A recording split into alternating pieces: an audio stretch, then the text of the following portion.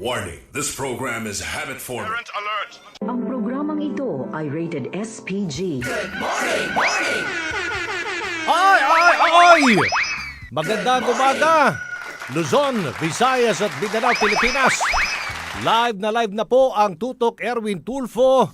Panoorin at pakinggan mga kaibigan, mga katutok Erwin Tulfo, mga kabirada.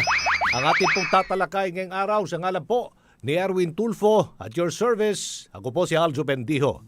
Okay, samantala, mapapanood po at mapapakinggan ang Tutok Tulfo sa Erwin Tulfo Facebook page, Erwin Tulfo YouTube channel. Live din tayo sa Radyo Pilipinas 738 kHz. At maya po ay live na rin tayo sa People's Television Network PTV4 nationwide. Okay ba yun? Nationwide PTV. Yeah? Erwin Tulfo Action Center, paalala po ha. Maaari po ninyong dalhin ang inyong mga reseta o medical needs sa aming tanggapan. Dito po sa number 58, Timog Avenue, Quezon City, alas 8 ng umaga hanggang alas 3 ng hapon, Lunes hanggang Biyernes. Hindi na po ninyo kailangang pang pumila sa labas po ng opisina, mag-fill up lang ng form at iwan ninyo inyong mga request. At ipa-deliver namin sa ang inyong mga request, gamot sa inyong bahay sa loob ng 1 hanggang 3 araw. Kamusta pa natin ang bilang na mga nahawaan ng COVID-19. Ganon tayo. Para tayong nito. Tawag nito record na nagbibigay po sa inyo ng update. Department of Health records 5,204 COVID cases, COVID-19 cases, 100 new deaths. Meron pong 5,811 new recoveries. Thank you! Kahapon yan. Okay? So total active cases natin, meron tayong 49,128. Sige, basahin na lang natin itong confirmed cases. 1.478, 61. Million yan ha. Yung mga namatay, 26,015. Pero doon tayo pupunta sa mga recovered na mga patients. Mga pasyente, 1,402,918. Ang pinakamainam pa rin gawin natin ngayon, magsuot ng face mask, face shield kung nasa loob tayo ng mga establishmento at physical distancing. Please observe the basic protocol. Yes. Mask, hugas ng kamay, Opo. at Good. Social distancing. Good morning po, Mr. Mayor President Rodrigo Roa Duterte. Sir, hello po. Magandang umaga. So, hindi po yan chin mask? Tama ba? So, face mask yan, di ba? At saka hindi rin yan head shield. Ayan, alright, sige. Okay, sa sa Central Visayas, sa Metro Manila, umuokay na ang ating sitwasyon dito. Sa Central Visayas, ang medyo nakikita natin ang problema dahil nagkakaroon doon ng third wave ng COVID-19. goodness! The Department of Health yan, nagsabi ha. Siyempre, tinitingnan dito yung gatherings at saka yung leniency ng pagsunod sa mga tinatawag na standard health protocols. Yung pong bakuna natin, yan ang problema. Medyo may kabagalan nga ang pagdating ng supply ng bakuna.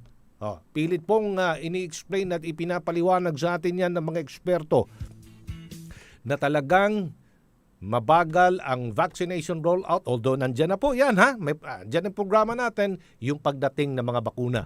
This month may mga parating, hopefully next month, by the end of 2021, ay dumating na lahat ng inaasahan nating bakuna. Ayan ha, so kung may bakuna nang available sa inyo pong mga barangay, sa inyong mga munisipalidad at syudad, magpaturok na kayo ng bakuna. Ayan, huwag na kayo mamili ha. O ako namang meron dyan, pero huwag ninyong i-mix. Hayaan nyo muna mga eksperto niyan ang mag-decide. Mamaya niyan, nagpaturok na kayo ng halimbawa ha, brand Sinovac. Okay. Tapos niyan, may kakilala kayo doon. Ano yan? Ibang brand. Iturok mo nga sa akin. Hindi pwede yan ha. Hindi pwede yan. Mga medical expert lang po ang dapat gumawa niyan. At pinag-aaralan pa. Oo naman. Sa Pilipinas. Sa abroad, ginagawa na yan. Mix and match. Oo. Sa abroad. Halimbawa sa Amerika. pero sa Pilipinas, hindi pa po yan ipinatutupad. Ha? Huwag po matigas ang head. Anyway, sige. Ito na, problema din itong bansang China. Sabi nga nila, God made the world, the rest made in China. ito, inakunan po ng satellite image. Nako, ang bansang China ay nagtatambak po't nagtatapon ng mga human waste, basura, sa parte po ng West Philippine Sea. Kadiri, ha? Pida po sang iring. Oo. May nakita dong mga barko. Ayan, O yan. Kasus, kaganda sana, Kaya lang, yan. Ikukamustahin natin, i-confirm natin yan kasi meron daw around 236 na mga barko nakita diyan sa Union Banks. Opo. Hindi po yun yung bangko. Ang tawag po doon, pagkakaisa reefs. Nandun po yan sa West Philippine Sea. Nandiyan yan sa ating exclusive economic zone as of June 3rd as 17. So, tinitingnan dito yung danyos perwisyo na pwedeng magresulta yan na pagkasira ng ating pong mga likas o yamang dagat, halimbawa mga bahura. Yan. O kaya pwedeng ikamatay na mga isda riyan. Alam naman natin, yan, marami pong maitutulong sa ating mga mangingisda ang mga yamang dagat na meron dyan sa West Philippine Sea. Atin yan Opo, sa atin yan. Pilit lang, ito batay sa mga reports pilit lang inaagaw nga kasi nga meron silang tinatawag na 9-dash line. Pero tayo, nanalo na tayo dyan sa Arbitral Tribunal. Atin yan. Ibig sabihin nun, bago kayo mangisda dyan, magpaalam muna kayo sa amin. Correct ka At dyan. pag nandun kami, huwag nyo kaming guluhin. Pag may isda kami, huwag nyong nakawin. Ayan kaya andun na yung mga Philippine Coast Guard, nagbabantay po dyan. At magandang umaga po sa inyo lahat dyan, nagbabantay sa West Philippine Sea. Hindi po pinapabayaan ng ating pamalaan para matigil na ang mga alingas-ngas, yung mga birada ng ilang mga kumakalaban po sa kasalukuyang administrasyon na walang ginagawa para bantayan ang ating West Philippine Sea. Yeah? Alright. Ay, sige. Sa pagbabalik natin, pag-usapan natin yan. Oras natin, 10:18 ng umaga. Magbabalik po ang Tutok Erwin Tulfo sa Radyo Pilipinas. Mamaya. Ang oras ay hatid sa inyo ng SMDC, The Good Guys. Ang inyong pagtangkilik sa mga larong may puso ng ECSO. Nagdugtong ng buhay ng mahigit 250,000 na mga pasyente. Ang inyong makabuluhang paglilibang ay naghatid ng tulong sa kapwa Pilipino at sa bayan. Mula sa PCSO, maraming salamat po mga kalaro. Ibahin mo ang Primera Light, araw may nakaka-excite. Ibang klase bango tulad na lang ng K-pop o pamo. Ibahin mo ang Primera Light, ang smooth niya parang moves na hype. Kakaibang sarap, may ingredient na galing Spain pa to. Mag-Primera Light ka na, award-winning pa siya. Mag-Primera Light ka na. Drink responsibly. Nobody's tough like mama. Nobody's tough like mama. Magaang buhay, masayang pamilya pag may tough mama. Ligtas ang pamilya, ang buhay maligaya dahil ikaw ay mama. Maganda ang araw, masaya ang buhay. Cooking and living, simple lang. Magaan ang buhay pag may Tough mama, masaya ang pamilya na may tough mama, Nobody's tough like mama. tough mama. Uy, cheese ring! Pahingi naman ako niyan! Ang sarap talaga ng cheese ring. Mula pa ng mga bata tayo hanggang ngayon. Oo naman! Iba talaga ang cheese ring. Yung sobrang cheesy na may tamang tamis. Parang ikaw lang. Ang sarap balik-balikan! Naku, ubos na. Tara, bili pa tayo. Cheese ring. Ang sarap balik-balikan. Mabibili sa inyong suking tindahan. Cheese ring. Can't get enough. By region. Alam nyo ba na ayon sa Royal Society of Medicine ng Great Britain, mahigit 65 na sakit ay sanhi ng maruming kolon o malaking bituka? Ayon naman sa Vegetarian Times, ang kamatayan daw ay nag-uumpisa sa kolon. Aba, delikado yan. Kaya dapat regular tayong mag-cleansing ng ating kolon o malaking bituka.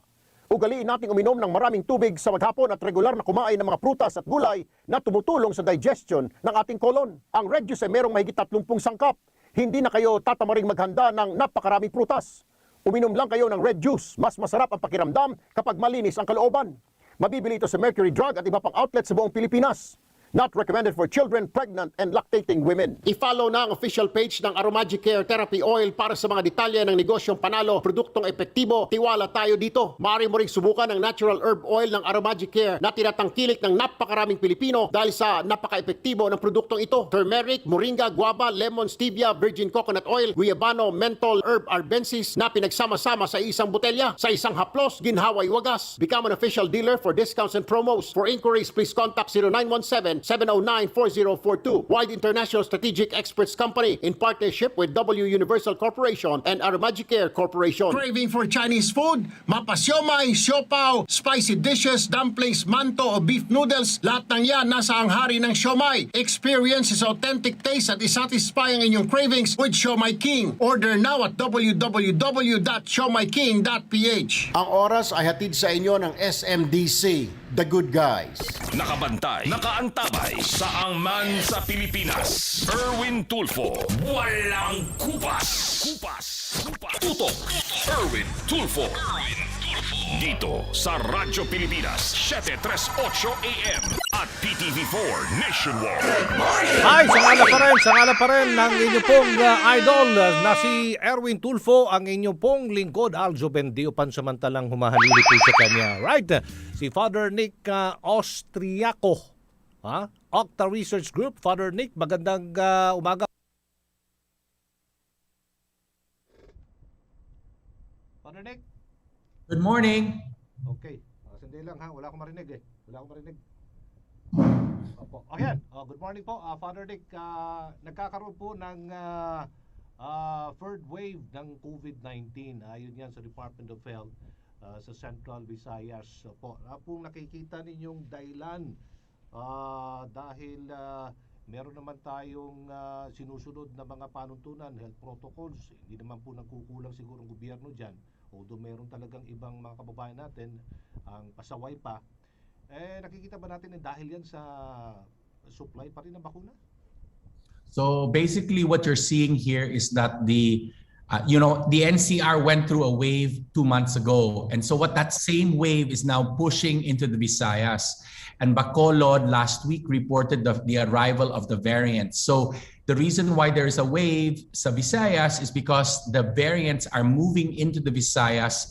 They were originally in the NCR but are there now. Okay. So does it mean because of the mobility ng mga tao from halimbawa sa iba't ibang mga lugar going to Central Visayas? Meron naman tayong dapat magpapaswab test tayo at meron naman mga quarantine na ginagawa po sa Central Visayas. Ano po ang dapat gawin, Father Nick, para to prevent ang spread talaga ng virus with different variants right now? So one of the reasons why the Delta variant is not in the Philippines yet is because we have a 10-day quarantine for international arrivals. Okay. And you can see that that's 99.7% effective. But we do not have that kind of quarantine within the country. So what you're seeing is that the variants are leaking from the NCR as people from the NCR are flying back to the provinces, especially to the central Visayan area. So that's what you're seeing. So, if you want to control that, then you have to impose the same kind of quarantine that the country is imposing for international travelers on domestic travelers. So at best, what we can do is we should test on arrival, not just test on departure. Because when you test on departure, you're not sure if the passenger or the traveler is exposed to COVID in the plane, in the boat, in the bus. So you should test on arrival and you should have quarantines for arrival for at least a few days to make sure that they test negative. How many days itong sinasabi po ninyo ang maisasuggest nyo, Father Nick, na i-quarantine ang lahat ng mga travelers, domestic travelers? Kasi international, we have 10 days. Sa mga OFWs naman. 10 days in a hotel pa, ha? Hotel pa. So again, I think what we can do here is you can have 10 days but in the house, right? So the difference is that right now for international travelers, we are trying to fight the Delta variant. The Delta variant is not yet here, so that with the Alpha and Beta variants, you can imagine just quarantine as we had before. You quarantine for 10 to 14 days, but you have a test to see on the 7th day, and if you are negative on the 7th day, you could probably leave earlier. So it depends on the risk that the LGU wants to take, depending upon whether or not there are many COVID cases in the area already. And if they're coming from NCR right now, it's actually safer than if they're coming from Davao, for example. So, ang sinasabi niyo dito, Father Nick, 2 beses magpaswab ang domestic traveler. And 10 days sila na i-quarantine hindi sa hotel, pero sa bahay, right?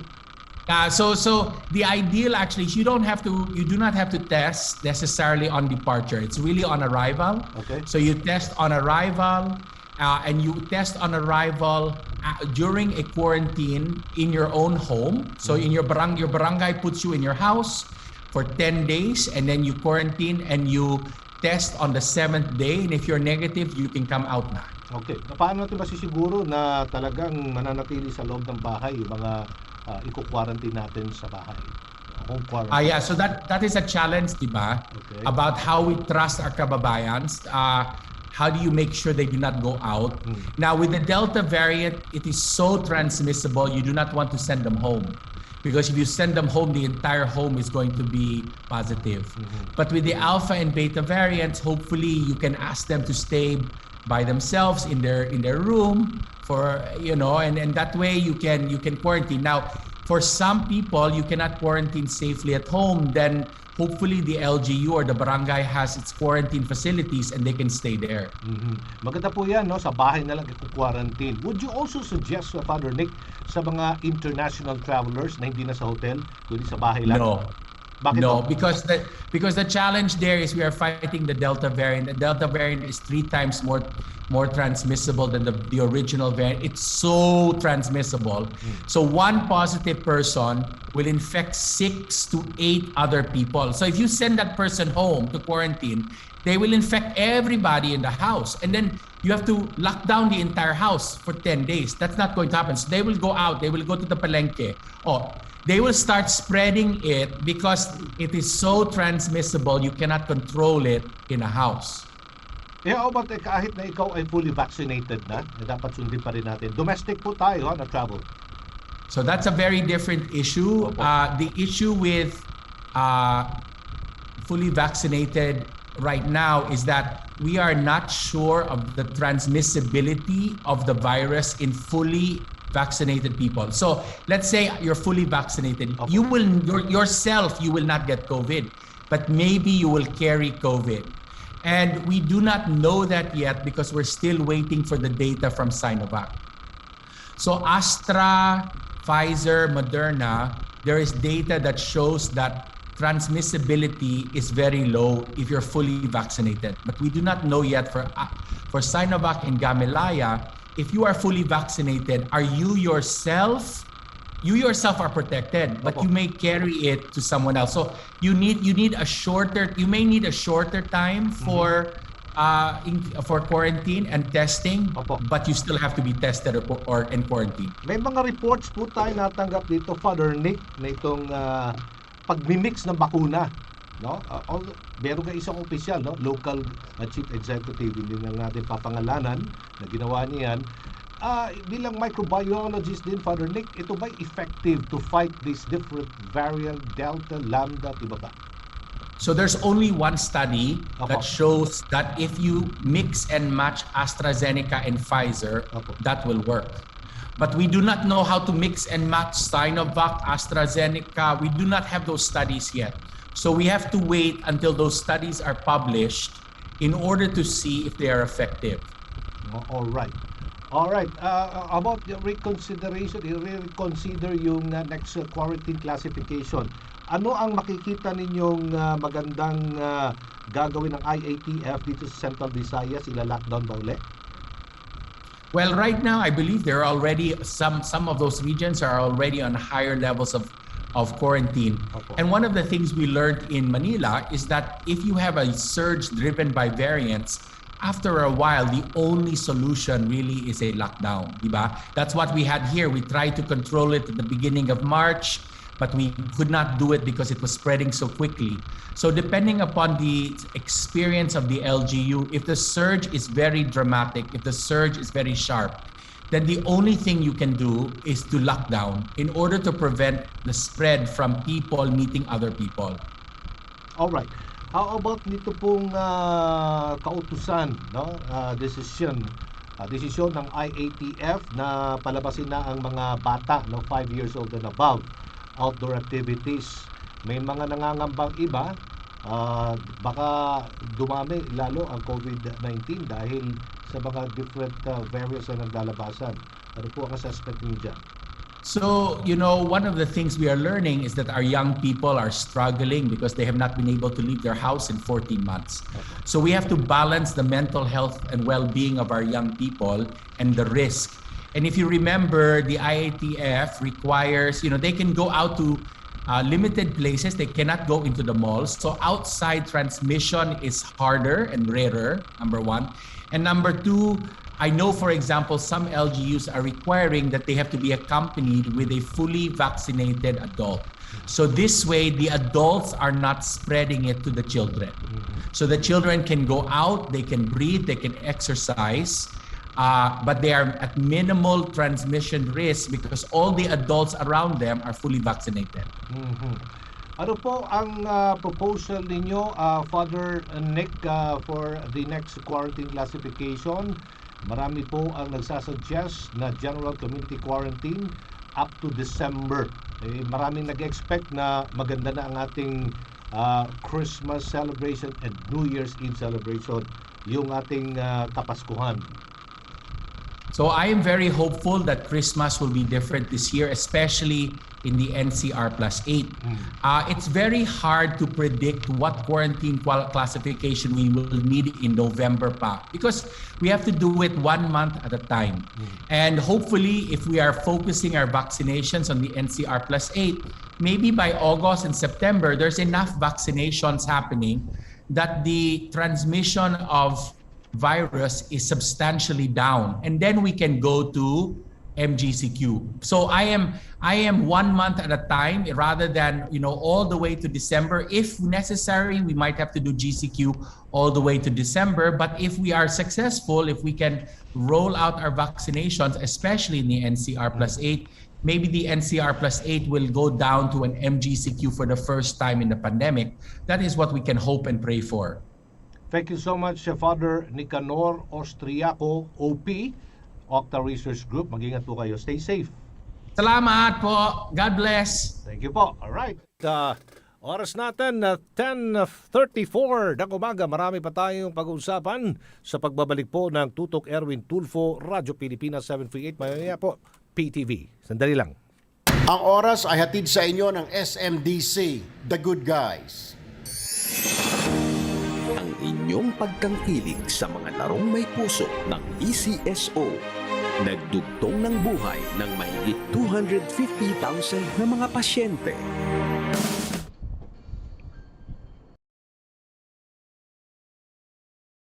Sa kapwa Pilipino at sa bayan. Mula sa PCSO, maraming salamat po mga kalaro. Uy, cheese ring! Pahingi naman ako niyan! Ang sarap talaga ng cheese ring. Mula pa ng mga bata tayo hanggang ngayon. Oo naman! Iba talaga ang cheese ring. Yung sobrang cheesy na may tamang tamis. Parang ikaw lang. Ang sarap balik-balikan! Naku, ubos na. Tara, bili pa tayo.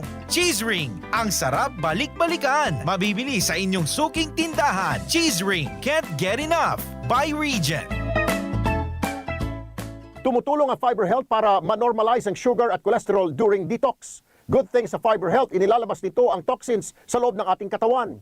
Kaya kung ikaw ay bloated at constipated, huwag ka nang mag-alala. Si Fiber Health ang katulong mo. Ang Fiber Health ay safe at FDA approved as food supplement. Mabibili ang Fiber Health sa Mercury, Watson, Southstar Drug, and Rose Pharmacy. Online at Shopee o sa kanilang website sa fiberhealth.ph. Para sa iba pang impormasyon, tumawag sa aming hotline sa 0928-850-5050. Mahalagang paalala, ang Fiber Health ay hindi gamot at hindi dapat gamitin panggamot sa anumang uri ng sakit. Ang reliable home body ko, Tough Mama. Basta home and kitchen appliances, Tough Mama. Maganda ang araw, masaya ang buhay. Cooking and living, simple lang. Magaan ang buhay pag may Tough Mama. Masaya ang pamilya na may Tough Mama.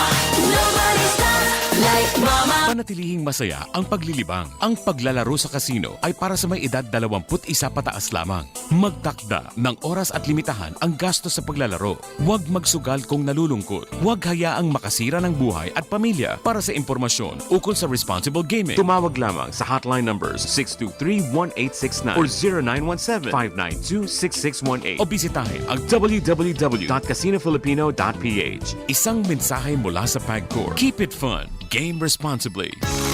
Sakrang ka na naman nakaupo, Paps. Kalma ka na. Nag-angkas ka pa ng bigas.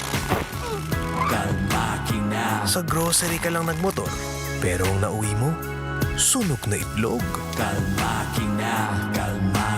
Nag-Petron Sprint 40 ka na lang sana with thermal control system. With TCS formula. Controls heat, sustains power. Para laging chill mode sa road. Petron Sprint 40 motorcycle engine oil sustains power, controls heat, and protects engine for a smooth ride. Available in all Petron stations nationwide. Taste the authentic Oriental food from Siomai King. Lahat ng hanap mo, mapa-siomai, siopaw, dumplings, manto, spicy dishes, or beef noodles, nandito yan. Satisfy your cravings with Siomai King. Order now at www.siomaiking.ph. Nakabantay, nakaantabay, saang man sa Pilipinas. Erwin Tulfo, walang kupas. Tutok Erwin Tulfo.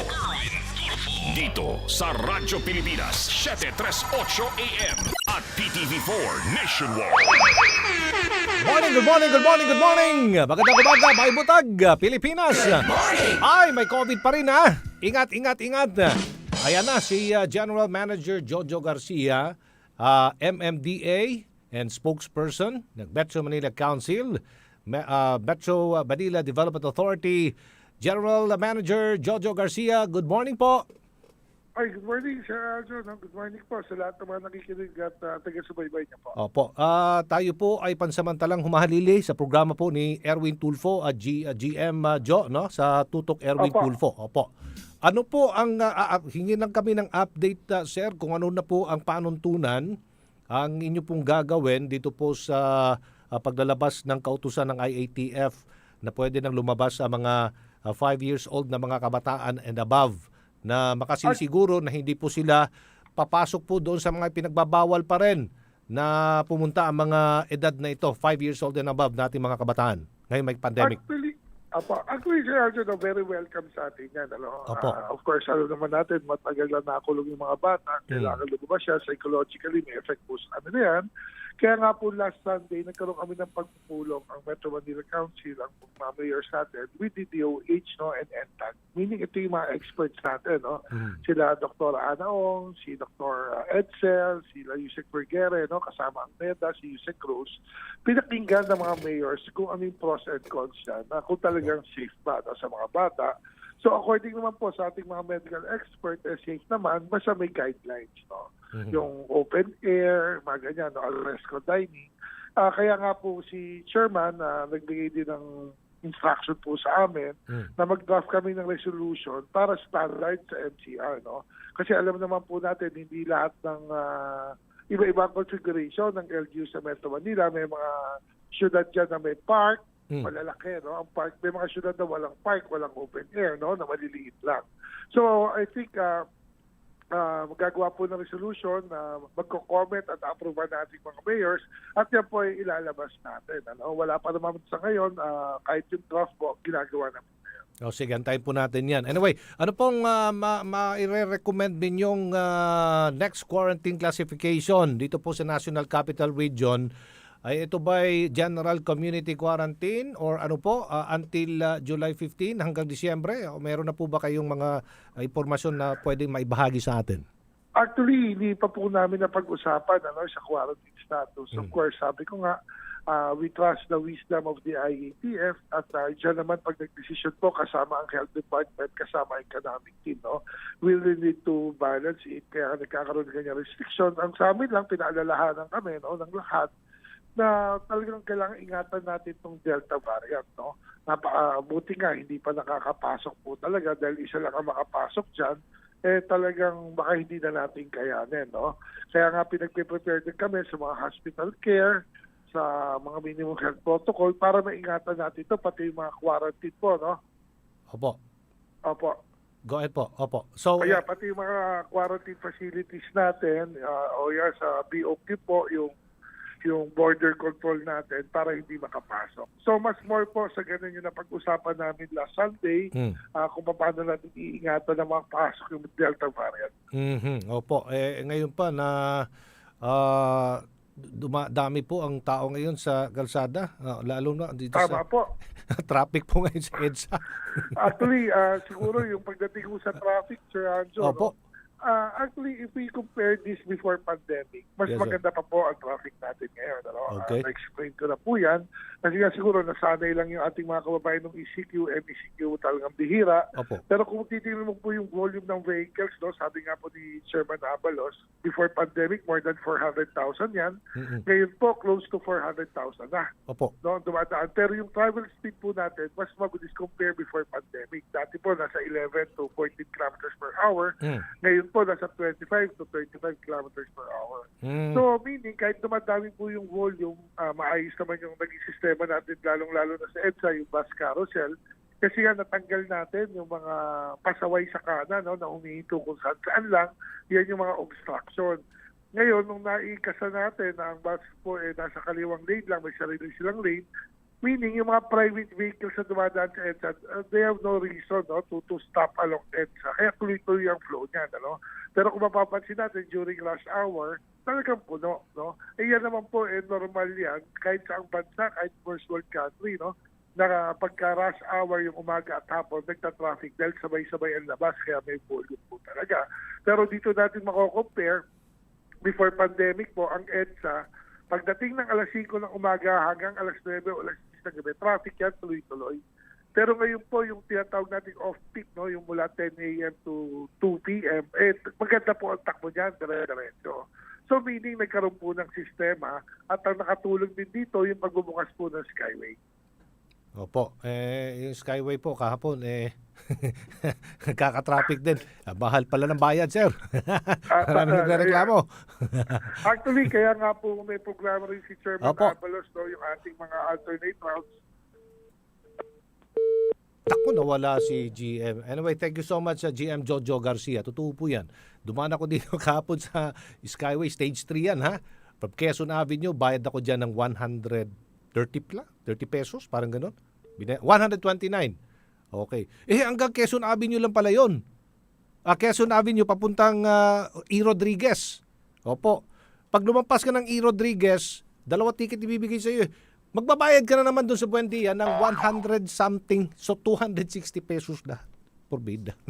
Anyway, ikukumpara mo naman kung convenience ang binabayaran natin dyan mabilis ang takbo ng tipid pa sa gas. Pero bahala na kayo. Anyway, nandiyan na po sa ating linya ng ating komunikasyon si Navotas City Mayor Toby Tiangco. Magandang umaga po, Mayor Tiangco. Lang ako Mayor, good morning po. Hello. Opo, Yes, Aljo. Opo. Aljo, good morning. Good morning po. Sa ngalan ni Erwin Tulfo, Mayor, kamusta na po ang COVID-19 cases sa Navotas? Ano pong ginagawa ninyo para bumaba pa lalo ang hawaan po riyan? Aljo, alam mo yung nakakagulat. In the past weeks, mababa na kami, pinakamababang average daily attack rate, no? But since 2 weeks ago, yung 43 cases namin in less than 2 weeks naging 146. So meron talagang surge dito sa sa Navotas ngayon kasi times 3 in 2 weeks So lampas 100% yun, di ba? Opo, ito po reaction nyo. Ito po, pwede nang hinahayaan na nating lumabas sa mga bata, 5 years old and above, ayon sa IATF.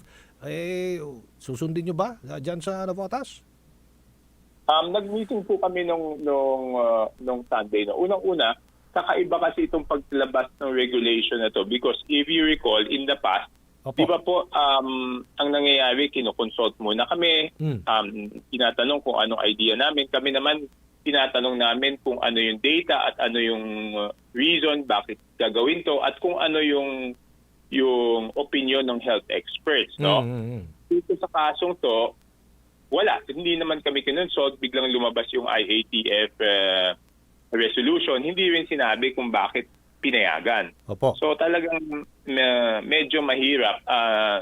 So nag-usap kami nung Sunday, mahirap din naman na yung Metro Manila, iba-iba yung regulations, no?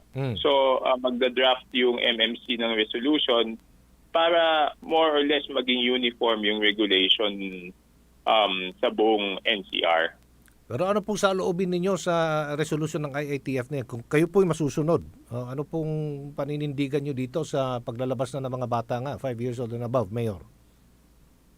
Of course, hindi naman tayo health experts, no? Dapat sana malaman, kunyari, ano ba yung opinion ng Philippine Pediatric Society dahil lagi naman yan yung pinakikinggan namin pagdating doon sa bata. Hindi na natin nadinig kung ano yung opinion nila.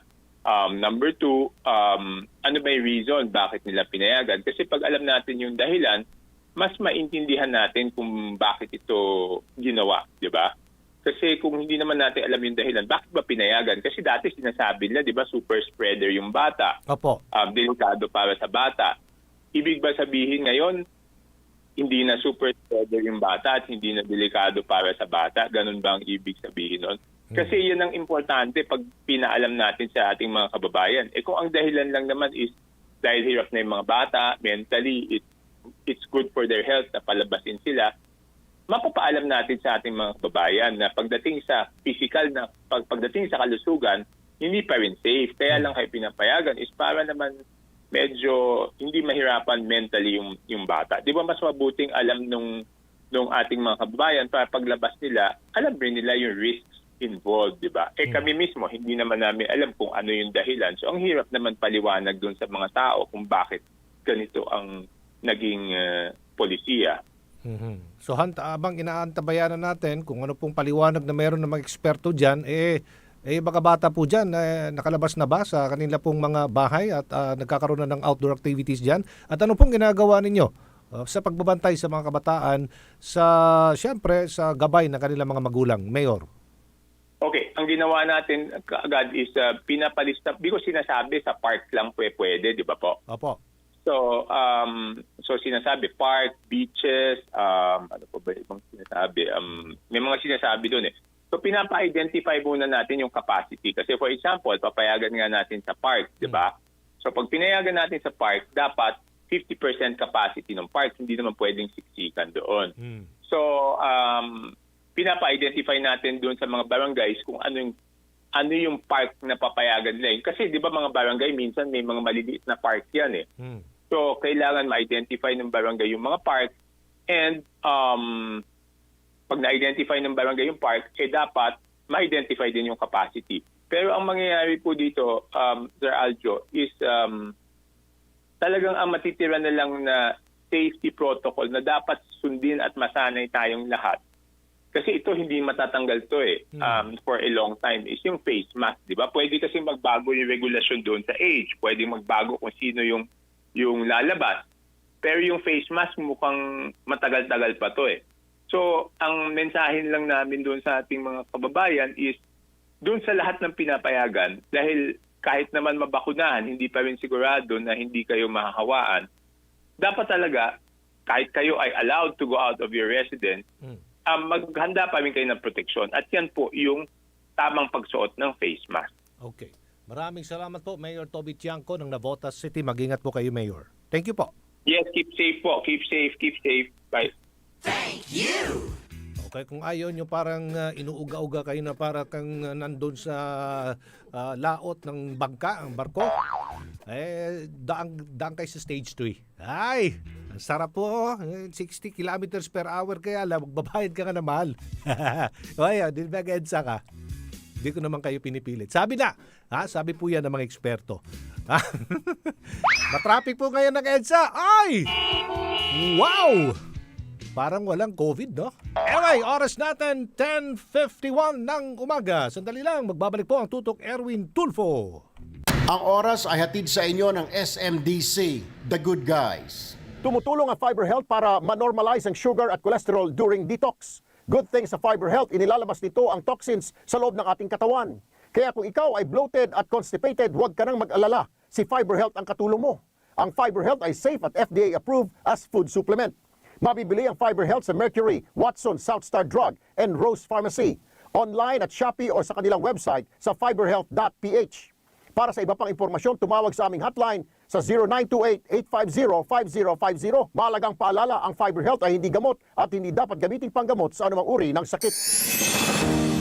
Ang inyong pagtangkilik sa mga larong may puso ng ECSO.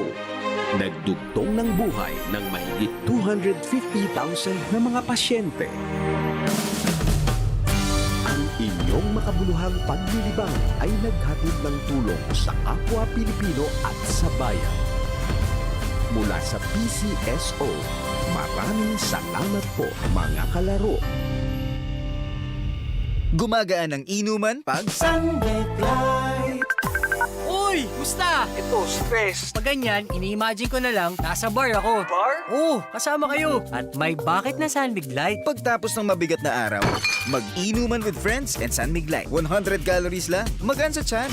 Uy! Sunmig Light! Tingin naman!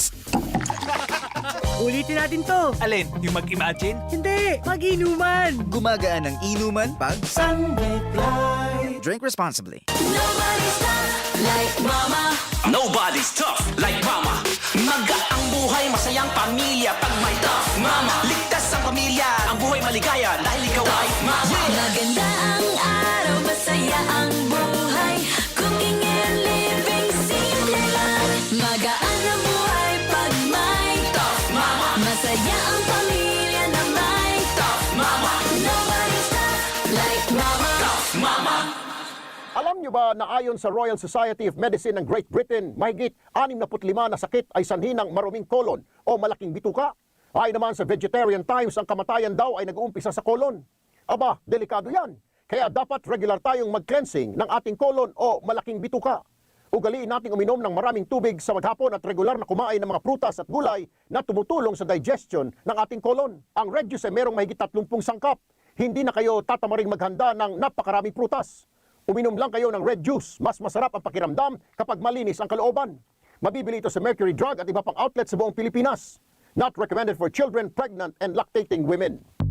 Uy, cheese ring! Pahingi naman ako niyan! Ang sarap talaga ng cheese ring. Mula pa ng mga bata tayo hanggang ngayon. Oo naman! Iba talaga ang cheese ring. Yung sobrang cheesy na may tamang tamis. Parang ikaw lang. Ang sarap balik-balikan! Naku, ubos na. Tara, bili pa tayo. Cheese ring. Ang sarap balik-balikan. Mabibili sa inyong suking tindahan. Cheese ring. Can't get enough. By region. Nakabantay, nakaantabay, saang man sa Pilipinas. Erwin Tulfo, walang kupas. Tutok Erwin Tulfo. Dito sa Radyo Pilipinas, 738 AM at PTV4 Nationwide. Ay, balita muna tayo, kalaboso ang 34 anyos na lalaki na hininalang notorious na holdupper matapos maaktuhan sa CCTV ang kanyang pagnanakaw sa isang gasolinahan sa Sampaloc, Maynila. Darito ang report.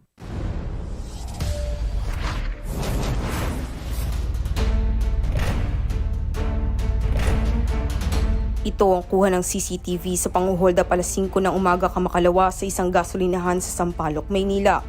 Huli sa video ang isang lalaki sa gilid ng kahera ng gasolinahan at nang makatsyempo agad nitong binasag ang pintuan ng salamin at mabilis na pumasok sa loob. In attempt nito, natutukan sila and then buksan yung pinto ng kanilang vote ng cashier, ano? So balit hindi ito agad na nabuksan. Pero bigla raw tumunog ang alarma ng vault kaya agad tumakas ang suspect. Tanging isang cellphone lamang natangay ng magnanakaw. Hindi nakuha yung pera na pinagbintahan ng gasoline station sapagkat ito'y nakalagay sa vault. Dahil naman sa CCTV natuntun sa kanyang pinagtataguan sa Blooming Street, Maynila ang suspect na nakilalang si Joel Bondame, 34 anyos. Nabunyag din na labas-pasok na sa kulungan ng suspect dahil sa kasong droga at pagnanakaw. Todo tanggi naman ito sa akusasyon sa kanya. Hindi po totoo yun. Napagbintangan lang po. Hindi po ako talaga yun. Kasalukuyan namang tinutugis ng mga otoridad ang sa pangkasamahan ng suspect na nagsilbing lookout nito. Kasama sina Tommy Nagtatawalazul para sa Tutok Tulfo Update, Gian Caluza, Radyo Pilipinas. Alright, sige. Nandyan na po si Ginong Daniel Ocampo, ang Senior Campaign Manager ng Oceana Philippines. Magandang umaga po, Sir Daniel. Magandang umaga, Aljo, at maraming salamat sa pag-imbita sa amin sa inyong programa. Opo. Sa programang Tutok Erwin Tulfo po tayo, Sir Daniel. No? Update po dito sa report ng US-based tawag dito, Similarity na nagsasabi na meron pong mga photos na nakuha ng ilang mga Chinese na mga barko, Chinese ships na nagtatapon ng mga nakalalasong chemical, human waste sa parte po ng ating West Philippine Sea? Nabalitaan nga namin at nakita namin sa balita na, Opo. na may mga satellite detection na nakuha. Opo. Na nagtatapon sila ng sari-saring waste o basura dyan sa ating pagkakaisaris as part of the Union Bank sa West Philippine Sea. At nakakabahala para sa amin to. Opo. Bilang kayo po ay NGO po ito, no? Senior Campaign Manager ng Oceana Philippines. Siyempre, hindi maiwasang may tanong na yung masamang epekto niyan sa ating marine species, ang ating pong recursos naturales sa lugar na yan. Opo. Sir Daniel? Yeah. Siguro ang unang-una natin dapat pag-usapan dito yung kanilang mga nilabag na mga polisiya at mga batas, no? Oo. Na malinaw na ang West Philippine Sea ay isang teritoryo ng Pilipinas at dapat talaga ay ang bansang China at ang kanyang mga barko ay sumusunod sa international agreements at national laws natin.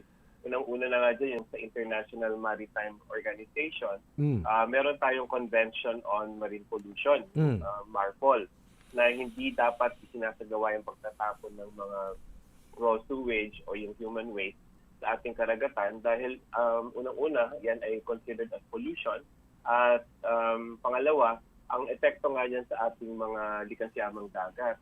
Parang hindi pa sila nakontento na several years ago, di ba? Parang nakita na illegally hina-harvest nila yung ating mga giant lands at iba't ibang mga yabang dagat dyan. Ngayon naman, nagtatapon sila ng sari-saring basura kasama na nga yung human waste. At ang epekto niyan sa ating karagatan ay unang-una, yung human waste at ibang mga sewage, lalo na kung untreated, ay magkukos na mas mataas na organic load dun sa ating karagatan. At syempre, ang pagka mataas yung organic load yan, yung oxygen demand para maproseso yung waste na yan ay mataas. So, magkakaroon ng oxygen depletion na maaaring pumatay dun sa mga yamang dagat na doon. At syempre, yung mismong mga corals at ibang mga hayop at halaman na nasa ating mga reefs na natatabunan ay masusuffocate at mamamatay. At malaking implikasyon yan kasi ang West Philippine Sea ay hindi lamang naman Pilipinas na nakikinabang dyan. Ang may mga pag-aaral ang UP Marine Science Institute at ibang mga bansa na yung mga isda at corals at ibang mga yamang dagat na nandiyan ay napapadpad sa ibang lugar upang i-repopulate o tulungan mag-regenerate sa mga resources doon. So, hindi talaga tama ito at patuloy kaming nananawagan sa gobyerno na proteksyon na naman natin yung ating teritoryo at ipatupad yung ating mga batas at yung mga international na kasunduan na ating mga nilagdaan. So, sinisiguro natin na ito'y mapansin ng ating pamahalaan, no? Upang ma-aksyonan kaagad yung problemang yan. Kayo po sa inyong grupo, ano pong gagawin ninyo itong aksyon para sa isyong yan? Daniel. Unang-una na nga ay nag-uusap na kami ngayon sa opisina namin para gumawa ng statement at manawagan talaga sa ating gobyerno na ipatupad yung Annex 4 ng MARPOL o yung International Agreement on Marine Pollution, na ipatupad ito kasi dapat yung pagpapatupad ng agreement na yun na nilagdaan naman natin at ang China ay encompassing sa lahat ng bansa na pumirma dito na hindi dapat tinatapon yung sewage lalo na't untreated. So, isa lang yon. So, syempre, patuloy rin kami ng mga ngampanya dun sa pagprotekta ng ating mga likas yamang dagat, particular na yung fisheries. At kanina nga, nag-uusap kami na hindi lang yata sa West Philippines kailangan tingnan itong ganitong mga gawain, kundi makipag-link din doon sa mga grupo na maaring tumutol pagdating doon sa doon sa ginagawa ng China na paglalakas tangan sa ating likas yaman.